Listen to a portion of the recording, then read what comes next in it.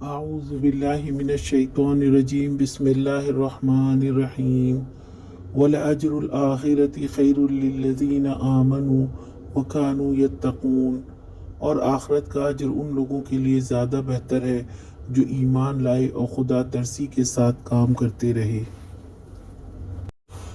اللہ تعالیٰ ایمان والوں سے مخاطب ہیں کہ دنیا میں بھی مومن کو اس کے بہترین اعمال کا اجر ملتا ہے۔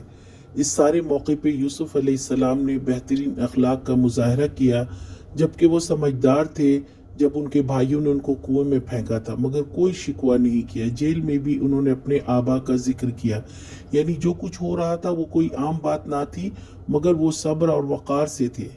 کسی سے شکوہ تھا نہ تانا زنی، یہاں تک کہ ساقی بھی بہت دنوں بعد لوٹا تو آپ نے اس سے بھی یہ نہ کہا کہ اتنے دن کہاں رہے، اب اپنی غرض سے آ گئے۔ یوسف علیہ السلام ایک غلام تھے اور عزیز مصر انہوں نے قید کروایا تھا۔ انہیں معلوم تھا کہ ابھی کوئی ان کی نہیں سنے گا۔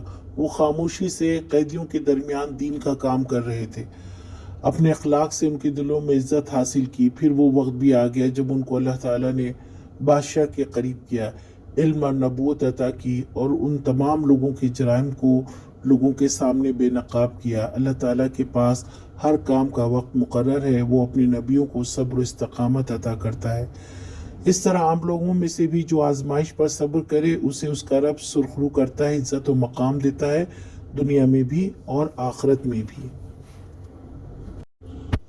آج کا سوال، آخرت کا اجر کن لوگوں کے لیے ہے؟